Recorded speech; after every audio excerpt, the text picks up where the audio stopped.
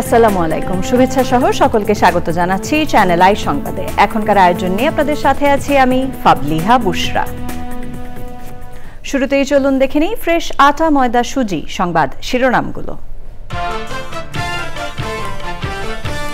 শেখ হাসিনার বিরুদ্ধে আনুষ্ঠানিক অভিযোগ দাখিল আগামীকাল, ট্রাইব্যুনালের অনুমতি সাপেক্ষে সরাসরি সম্প্রচারের সম্ভাবনা।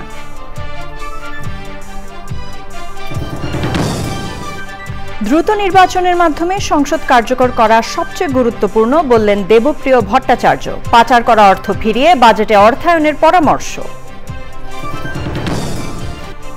জিয়াউর রহমান বহুদলীয় গণতন্ত্র প্রতিষ্ঠার পর বিভিন্ন সময় গতিরোধ করা হয়েছে বললেন তারেক রহমান। ডিসেম্বরের পরে নির্বাচন পেছানোর কারণ নেই মন্তব্য। লঘুচাপের প্রভাবে বিভিন্ন অঞ্চলে বৃষ্টিতে সিলেটে নদ নদীর পানি বিপদসীমা অতিক্রমের পূর্বাভাস। টানা বৃষ্টি ও উত্তাল সাগরের জোয়ারে বিপর্যস্ত উপকূলীয় অঞ্চল। এবং এক ম্যাচ হাতে রেখে বাংলাদেশের বিপক্ষে পাকিস্তানের 2-0 টি-20 সিরিজ জয়। 9 নম্বরে ব্যাটিংয়ে নেমে তানজিম সাকিবের হাফ সেঞ্চুরি।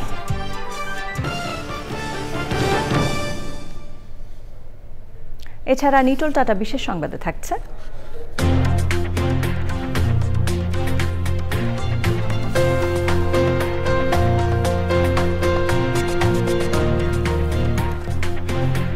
কর্মক্ষেত্রে বিশেষ অবদানের জন্য রন্ধন বিশেষজ্ঞ কেকা ফেরদৌসি, অভিনেত্রী আনোয়ারা বেগম ও কণ্ঠশিল্পী রফিকুল আলমের জয়ী অ্যাওয়ার্ডে ভূষিত হওয়ার খবর। Primacy in build. German technology. Bangladesh's first thermix rod. Salam Steel Thermax.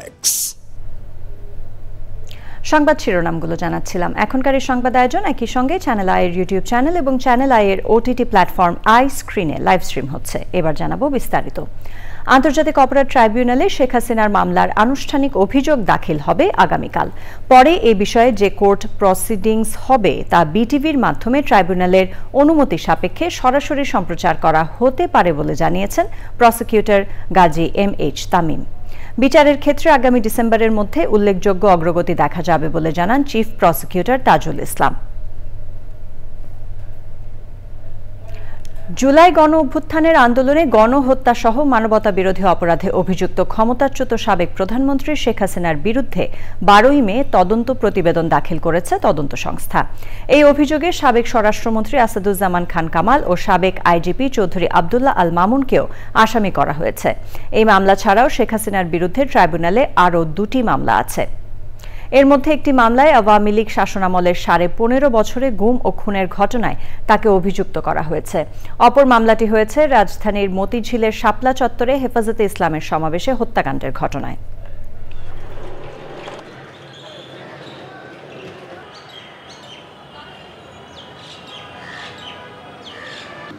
July গণ অভ্যুত্থান চলাকালে দেশব্যাপী মানবতা বিরোধী অপরাধের অভিযোগে তদন্ত প্রতিবেদন দাখিল করা হয়েছে। বিজ্ঞ চিফ প্রসিকিউটর উক্ত তদন্ত প্রতিবেদন গ্রহণ করেছিলেন। তদন্ত প্রতিবেদনের সাথে সাক্ষীর জবানবন্দি, ডকুমেন্টারি এভিডেন্স দাখিল করা হয়েছে। বিজ্ঞ চিফ প্রসিকিউটর তদন্ত প্রতিবেদন, সাক্ষীর জবানবন্দি এবং অন্যান্য ডকুমেন্টারি এভিডেন্স পর্যালোচনা করে ফরমাল চার্জ প্রস্তুত করেছে। আগামীকালকে অর্থাৎ 1 জুন 2025 তারিখ বিজ্ঞ চিফ প্রসিকিউটর আন্তর্জাতিক অপরাধ ট্রাইব্যুনালে শেখ হাসিনা, আসাদুজ্জামান খান কামাল এবং চৌধুরী আবদুল্লাহ আল মামুনের বিরুদ্ধে ফরমাল চার্জ অর্থাৎ আনুষ্ঠানিক অভিযোগ দাখিল করবেন। আপনারা জানেন, আন্তর্জাতিক অপরাধ ট্রাইব্যুনাল আইন অনুযায়ী ট্রাইব্যুনালে বিজ্ঞ চিফ প্রসিকিউটরের পক্ষ থেকে ফরমাল চার্জ দাখিলের মাধ্যমে আনুষ্ঠানিক বিচার প্রক্রিয়া শুরু হয়। আসছে বাজেটে অবৈধ ও পাচার করা অর্থ ফিরিয়ে অর্থায়নের নতুন খাত তৈরির আহ্বান জানিয়েছেন অর্থনৈতিক শ্বেতপত্র প্রণয়ন কমিটির প্রধান ডক্টর দেবপ্রিয় ভট্টাচার্য। এক অনুষ্ঠানে তিনি বলেছেন, দ্রুত নির্বাচনের মাধ্যমে জাতীয় সংসদ কার্যকর করা এখন সবচেয়ে গুরুত্বপূর্ণ। সাদি মাহমুদের রিপোর্ট। আপনার কথা হচ্ছে জনগণ কি দেখতে চায় কিনা আপনি 10,000 কোটি টাকার বাজেট করেছেন। রাজস্ব আহরণ বাড়ানো নিয়ে ডিবেট ফর ডেমোক্রেসি আয়োজিত প্রাক বাজেট ছায়া সংসদ বিতর্ক প্রতিযোগিতা যুক্তিতর্ক উপস্থাপন করেন ময়মনসিংহের আনন্দমোহন কলেজ এবং ঢাকার Bangladesh university of business and টেকনোলজির শিক্ষার্থীরা। আমাদের ময়মনসিংহের ভাষায় একটা কথা আছে, নিজে আনছি মাইগ্যা তোরে দেম কইতো। আসন্ন বাজেটকে জনমুখী করা সহ রাজস্ব আহরণ বাড়াতে 10 দফা সুপারিশ করেন ডিবেট ফর ডেমোক্রেসির চেয়ারম্যান। তিনি আশা প্রকাশ করে বলেন, অন্তর্বর্তী সরকার অতীতের লুটপাটের বাজেটের জায়গা থেকে বেরিয়ে জনবান্ধব বাজেট দেবে। যে লুটতারাজের যে বাজেট বিগত সরকার দিয়েছে, যে বাজেটের মধ্যে দিয়ে সরকার লুটতারাজ করেছে, আমাদের মাথায় $100 বিলিয়ন ঋণের বোঝা রেখে পালিয়ে গিয়েছে, সেই গতানুগতিক বাজেট যদি আমরা পাই তাহলে কিন্তু আমাদেরকে হতাশার জায়গায় তৈরি হবে। প্রাক বাজেট ছায়া সংসদের প্রধান অতিথি শ্বেতপত্র প্রণয়ন কমিটির প্রধান ড দেবপ্রিয় ভট্টাচার্য বলেন, আসন্ন বাজেটে পাচার হওয়া অর্থের নতুন খাত তৈরি করা গেলে নতুন সম্ভাবনা তৈরি হতে পারে। এইটি ছায়া সংসদ, কিন্তু বাংলাদেশে একটি কায়া সংসদ খুব জরুরি দরকার। যতক্ষণ পর্যন্ত আমার ওই কায়া সংসদ না আসছে, এই ছায়া সংসদে আমাদের দুধের স্বাদ ঘোলে মেটাতে হবে এবং সেটা আগামী দিনের যেন আমাদের অন্য কোনো এমন মায়া সৃষ্টি না করে যাতে আমরা জাতীয় লক্ষ্য থেকে বিচ্যুত না হই। যারা টাকা বিদেশে নিয়ে গেছে সেই টাকাকে কিভাবে আমরা আবার বাজেটে অন্তর্ভুক্ত করব, এইটার একটা অনুশীলন আমাদের আগামী দিনে দরকার করবে। যুক্তিতর্কে এগিয়ে থেকে প্রাক বাজেট ছায়া সংসদে বিজয়ী হন সংসদের বিরোধী দল Bangladesh university of business and টেকনোলজির বিতার্কিকরা। সাদি মাহমুদ, চ্যানেল আই, ঢাকা। বিএনপির ভারপ্রাপ্ত চেয়ারম্যান তারেক রহমান বলেছেন, শহীদ রাষ্ট্রপতি জিয়াউর রহমান বহুদলীয় গণতন্ত্র প্রতিষ্ঠার পর বিভিন্ন সময় গণতন্ত্রের গতি রোধ করা হয়েছে। সাবেক রাষ্ট্রপতি জিয়াউর রহমানের মৃত্যুবার্ষিকীতে যুক্তরাজ্যে কোরআন খতম, মিলাদ ও দোয়া মাহফিলে তিনি বলেছেন, অধিকার প্রতিষ্ঠার জন্য বিএনপি সহ বিভিন্ন রাজনৈতিক দল ও বহু সাধারণ মানুষ প্রাণ দিয়েছেন। ফজলুল হকের ভিডিওচিত্রে লন্ডন থেকে শাহ এমি হোসেনের রিপোর্ট। যুক্তরাজ্য জাতীয়তাবাদী দল বিএনপি আয়োজিত শহীদ প্রেসিডেন্ট জিয়াউর রহমানের 44তম শাহাদত বার্ষিকী উপলক্ষে মিলাদ ও দোয়া মাহফিলের আয়োজন করে পূর্ব লন্ডনের একটি স্থানীয় হলে। উক্ত অনুষ্ঠানে প্রধান অতিথি হিসেবে উপস্থিত ছিলেন বিএনপির ভারপ্রাপ্ত চেয়ারম্যান তারেক রহমান। শহীদ রাষ্ট্রপতি জিয়াউর রহমান যেমন বাংলাদেশে বহুদলীয় গণতন্ত্র প্রতিষ্ঠিত করেছিলেন, ঠিক একইভাবে পরবর্তীতে বিভিন্ন সময় বিভিন্ন ষড়যন্ত্রের কারণে বাংলাদেশের গণতন্ত্রের গতিকে প্রতিরোধ করা হয়েছে।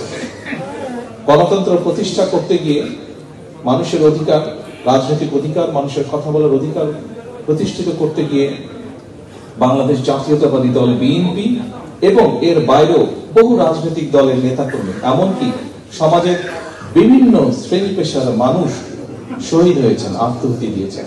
শহীদ প্রেসিডেন্ট জিয়াউর রহমানের শাহাদত বার্ষিকী উপলক্ষে তারেক রহমান সকলের কাছে দোয়া চান। শহীদ রাষ্ট্রপতি জিয়াউর রহমানের শাহাদত বার্ষিকী উপলক্ষে আমরা যেমন তার জন্য দোয়া চাইব, আমরা বাংলাদেশের গণতন্ত্রকে প্রতিষ্ঠিত করার জন্য, এই দেশকে স্বাধীন করার জন্য যেখানে যত মানুষ আত্মহত্যা দিয়েছেন জীবন, যেখানে যত মানুষ বিভিন্নভাবে ক্ষতিগ্রস্ত হয়েছেন, প্রত্যেকের জন্য আমরা আল্লাহর দরবারে দোয়া চাইব। মিলাদ মাহফিলে বিএনপির নেতাকর্মীদের উদ্দেশ্যে তারেক রহমান জুলাই আগস্টের কথা তুলে ধরেন। পরিশেষে তিনি মিলাদ মাহফিলে শহীদ প্রেসিডেন্ট জিয়াউর রহমান সহ জুলাই আগস্টে শাহাদত বরণকারীদের স্মরণে দোয়া ও মিলাদ মাহফিলে মোনাজাতে অংশ নেন।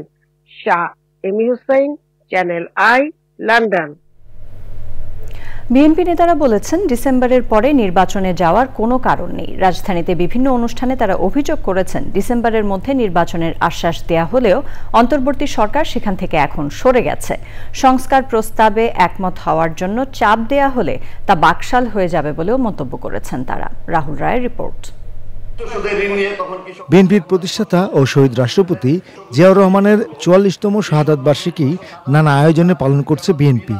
অঙ্গ ও সহযোগী সংগঠনগুলোও আলোচনা সভা সহ বিভিন্ন অনুষ্ঠান করছে। কৃষক দলের এক আলোচনায় অংশ নিয়ে সংস্কার ও নির্বাচন সহ বিভিন্ন ইস্যুতে কথা বলেন বিএনপি নেতারা। মনে হয় যেন আমাদেরকে বাধ্য হয়ে সে সমস্ত সংস্কার প্রস্তাবে একমত হতে হবে, তাহলে তো এটা বাকশাল হয়ে গেল। আগামী 2 তারিখ আবার ডেকেছে আমাদের মাননীয় প্রধান উপদেষ্টা। ভাবটা আমরা বুঝছি এরকম, আনুষ্ঠানিকতা আয়োজনের কোনো কমতি নেই, কিন্তু কাজের কোনো খবর নেই। নির্বাচন বাংলাদেশের মানুষকে এই ডিসেম্বরের মধ্যে দিবেন বলে যে আপনি আশ্বস্ত করেছিলেন আমাদের সামনে, পরবর্তীতে আপনি সরে গেলেন, সেটা ঠিক করেন নাই। নির্বাচন বিলম্বিত হওয়ার একটিও কারণ নাই, আপনার সামনে যুক্তি নাই কেন আপনি ডিসেম্বরের বাইরে যেয়ে নির্বাচন দিবেন, সেটার পক্ষে একটিও যুক্তি নাই। ঢাকা মহানগর বিএনপিও দোয়া মাহফিল ও খাবার বিতরণ সহ নানা আয়োজন করে। সেখানে অংশ নেন বিএনপির সিনিয়র নেতারা। 30 লক্ষ লোক দরিদ্র হয়ে গেছে, তার মধ্যে 18 লক্ষ হলো মহিলা। এটা হলো প্রাথমিক সংস্কারের 9 মাসের একটা চিহ্ন আমরা দেখতে পেলাম। এই নির্বাচন নিয়ে যাদেরকে ব্ল্যাকমেল করা যাবে না, আপনাদের ভয়ের কিছু নাই। নির্বাচন করেন, যদি জনগণ আপনাদেরকে ভোট দেয় আপনাদেরকে আমরা মেনে নেব, কোনো অসুবিধা নাই। তবে যে কোনো মূল্যেই হোক দেশে একটা রাজনৈতিক নির্বাচিত সরকার আসা উচিত। আজকে পরে এই দেশের মানুষ কিছুটা নিরাপত্তা পাবে, দেশের বিশৃঙ্খল অবস্থা এটা ঠিক হয়ে যাবে। শাহজাহানপুরে নিজ বাসভবনে দুস্থদের মাঝে খাবার বিতরণ করেছেন মহিলা দলের সভাপতি আফরোজা আব্বাস। রাজধানী কলাবাগানে মিলাদ মাহফিল ও দুস্থদের ঈদ উপহার বিতরণ করেছেন বিএনপির আন্তর্জাতিক বিষয়ক সম্পাদক barrister Nasiruddin Ahmed Asim. Rahul Roy, channel I, Dhaka. 30 May শুক্রবার ছিল শহীদ রাষ্ট্রপতি জিয়াউর রহমানের 44তম শাহাদাত বার্ষিকী। শহীদ রাষ্ট্রপতি জিয়াউর রহমান স্মরণে নির্মিত প্রামাণ্যচিত্র দ্য পিপলস প্রেসিডেন্ট দেখবেন আজ রাত 10:20 এবং রাত 12:30 চ্যানেল আইয়ে। একই সাথে প্রচার করা হবে চ্যানেল আই ইউটিউব এবং ওটিটি প্ল্যাটফর্ম আই স্ক্রিনে।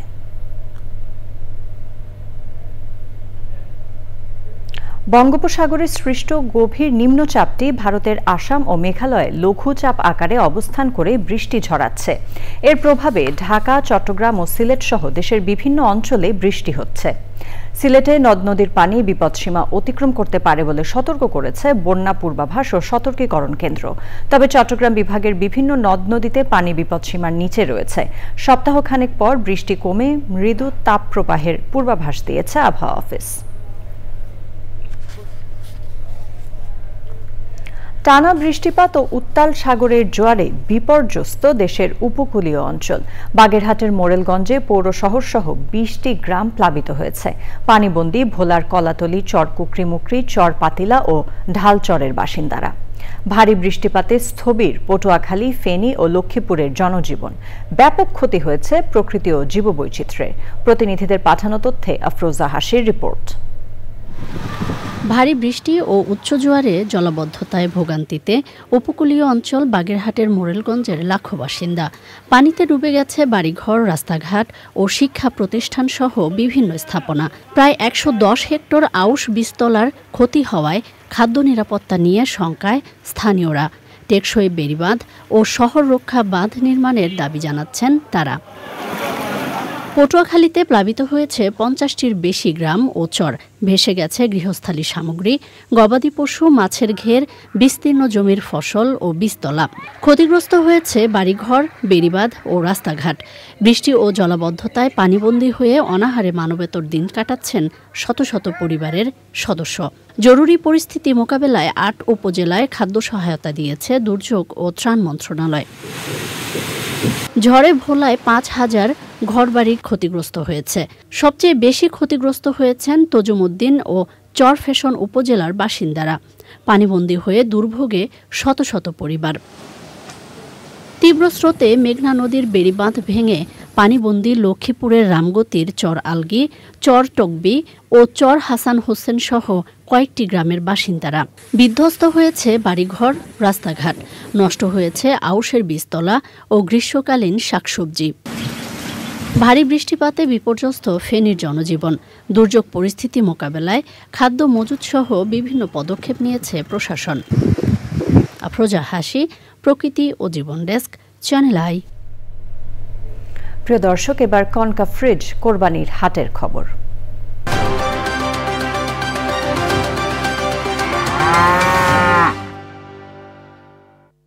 অ্যাক্টিভেটেড কার্বন ডিওডোরাইজার যুক্ত কনকা ফ্রিজে এক খাবারের গন্ধ অন্য খাবারে যেতে পারে না।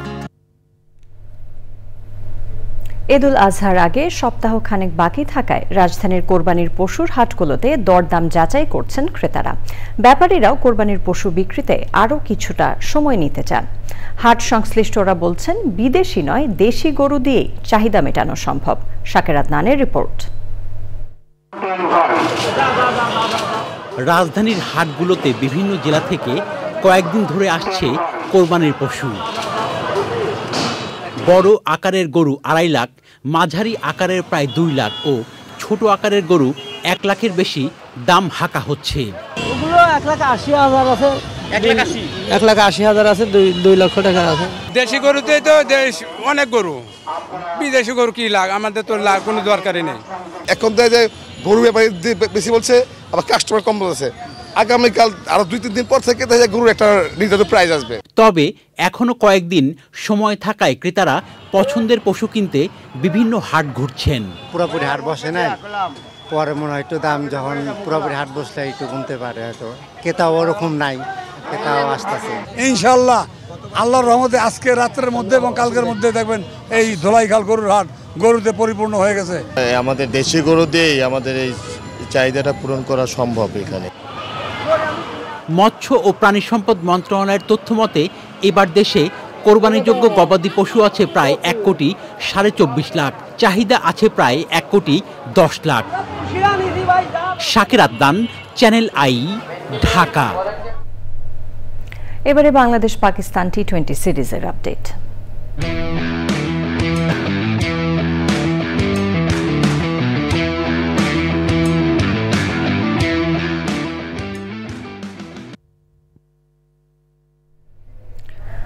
পাকিস্তানের বিপক্ষে সিরিজ হাতছাড়া হয় হতাশ বাংলাদেশের টি-20 অধিনায়ক লিটন দাস। নিজ দলের ক্রিকেটারদের বেসিক নিয়েও প্রশ্ন তোলেন তিনি। শরীফুলের ইনজুরি বাংলাদেশকে ব্যাকফুটে রাখলেও তৃতীয় টি-20তে ফেরার শেষ সুযোগটা কাজে লাগানোর প্রত্যাশা লিটনের। সংবাদের এই পর্যায়ে সময় হয়ে গেল একটি বিরতি নেবার, এবং বিরতির পর জানিয়ে ফিরব। নাইজেরিয়ায় ভয়াবহ বন্যায় 100-র বেশি মানুষের প্রাণহানি ও বিধ্বস্ত কয়েক হাজার ঘরবাড়ি। নিখোঁজদের সন্ধানে উদ্ধার অভিযান অব্যাহত। বিরতির পর সাথে থাকার জন্য ধন্যবাদ সবাইকে। রাজধানীর দারুস সালাম থানার বেড়িবাঁধ আহমেদনগর হাড্ডিপট্টি এলাকায় দুজনকে পিটিয়ে হত্যা করা হয়েছে।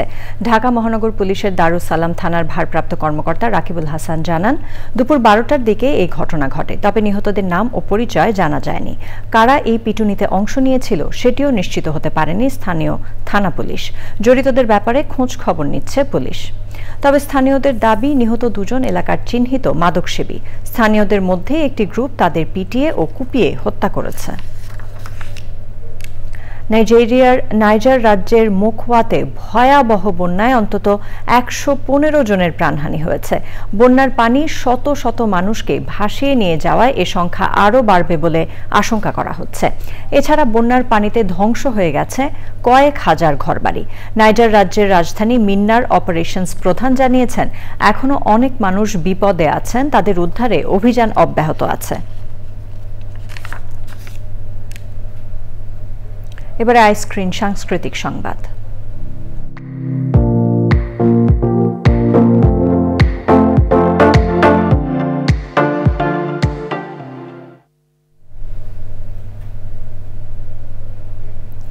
বিনোদনের স্মার্ট দুনিয়া ওটিটি প্ল্যাটফর্ম আইস্ক্রিনে আসছে নতুন অরিজিনাল ওয়েব ফিল্ম পার্টি।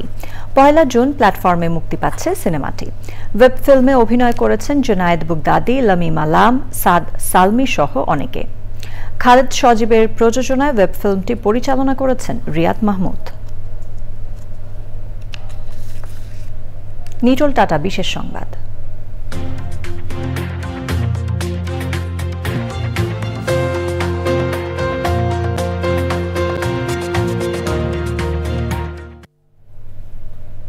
কর্মক্ষেত্রে বিশেষ অবদানের জন্য জয়ী অ্যাওয়ার্ডে ভূষিত হলেন অভিনেত্রী আনোয়ারা বেগম, কণ্ঠশিল্পী রফিকুল আলম ও রন্ধন বিশেষজ্ঞ কেকা ফেরদৌসী। বিশ্ব সাহিত্য কেন্দ্রে এ আয়োজন করে পদ্মা উদ্যোক্তা ফাউন্ডেশন। সুলতান আহিমুর রিপোর্ট। নিজ নিজ ক্ষেত্রে সফল ব্যক্তিদের সম্মান জানাতে অনুষ্ঠিত হলো দিয়ামণি ই-কমিউনিকেশন পদ্মা উদ্যোক্তা ফাউন্ডেশন জয়ী অ্যাওয়ার্ড 2025। শুক্রবার বিশ্ব সাহিত্য কেন্দ্রে এই অনুষ্ঠানে আজীবন সম্মাননা দেয়া হয় প্রখ্যাত অভিনেত্রী আনোয়ারা বেগম, কণ্ঠশিল্পী রফিকুল আলম এবং বিশিষ্ট রন্ধনশিল্পী কেকা ফেরদৌসীকে। শিল্পী আর যন্ত্রশিল্পী যারা আছেন তারা এইভাবে স্বীকৃতি পেলে আমরা শুধু আমরা নই, আমাদের পরবর্তী প্রজন্মের মানুষরা অনুপ্রাণিত হবে। এই সংগঠনের জন্য দোয়া করছি যেন ভালোভাবে আরো বড় বড় কাজ করতে পারে, এবং বাংলাদেশের বিভিন্ন অঞ্চলের উদ্যোক্তাদের আজকে যে পুরস্কার দিয়েছে এটা আমার খুব ভালো লাগে। আয়োজনে বিনোদন সাংবাদিকতায় পুরস্কার পান মাকসুদুল হক ইমু, গীতিকার হিসেবে জনি হক, চলচ্চিত্র পরিচালক দেবাশিস বিশ্বাস, চলচ্চিত্র অভিনেতা ডিএ তায়েব সহ আরো অনেকেই। আয়োজনের ধারাবাহিকতা চলবে বলে জানান আয়োজকরা। আমার জন্য সবসময় দোয়া করবেন, তাকে যাতে আল্লাহ জান্নাতবাসী করেন, এবং আমার পদ্মা উদ্যোক্তা ফাউন্ডেশনের পাশে সবসময় থাকবেন আপনারা উদ্যোক্তারা। সারা দেশে বিভিন্ন জেলায় মেধাবী উদ্যোক্তাদের নিয়ে আরো কাজ করা হবে বলে জানায় পদ্মা উদ্যোক্তা foundation. Sultana Himu, channel I, Dhaka. এবার জানাবো কৃষি সংবাদ।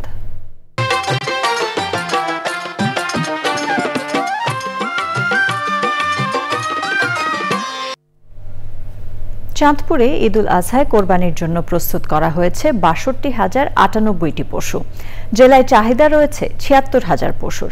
তবে আশপাশের জেলার পশু হাটে উঠলে এই সংকট থাকবে না বলে জানিয়েছে জেলা প্রাণী সম্পদ দপ্তর।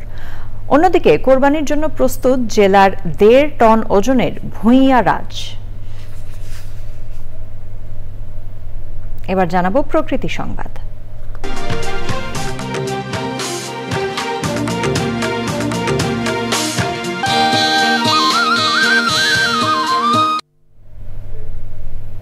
পরিবেশ, বন ও জলবায়ু পরিবর্তন এবং পানি সম্পদ বিষয়ক মন্ত্রণালয়ের উপদেষ্টা সৈয়দা রিজওয়ানা হাসান বলেছেন, দেশের ৭টি বিভাগের ৭টি নদীর দূষণ ও দখলমুক্ত করতে বাজেট চূড়ান্ত করা হচ্ছে।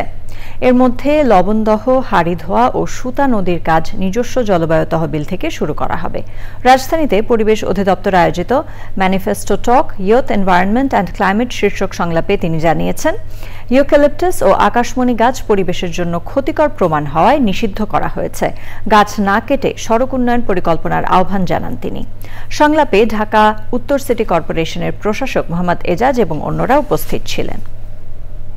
পূবালী ব্যাংক বাণিজ্য সংবাদ।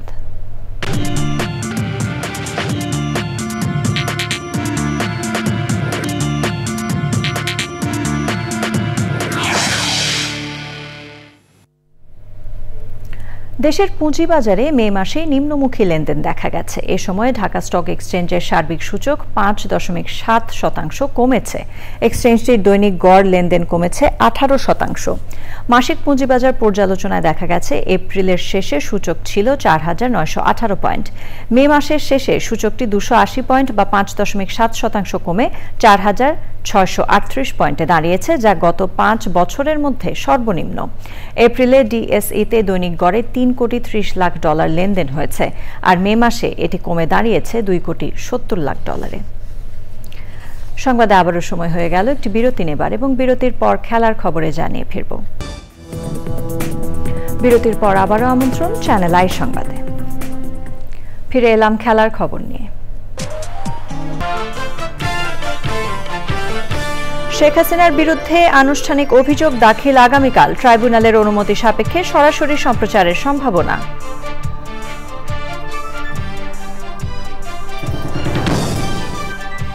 দ্রুত নির্বাচনের মাধ্যমে সংসদ কার্যকর করা সবচেয়ে গুরুত্বপূর্ণ বললেন দেবপ্রিয় ভট্টাচার্য। পাচার করা অর্থ ফিরিয়ে বাজেটে অর্থায়নের পরামর্শ।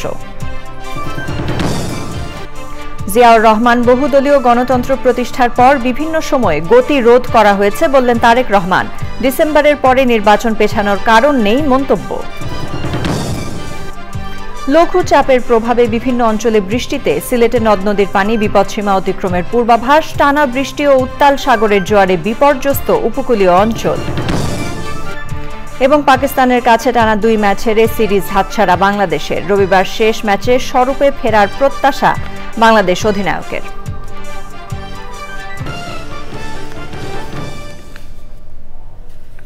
পরবর্তী সংবাদ দেখার আমন্ত্রণ জানিয়ে শেষ করছি। এতক্ষণ সাথে থাকার জন্য ধন্যবাদ সবাইকে।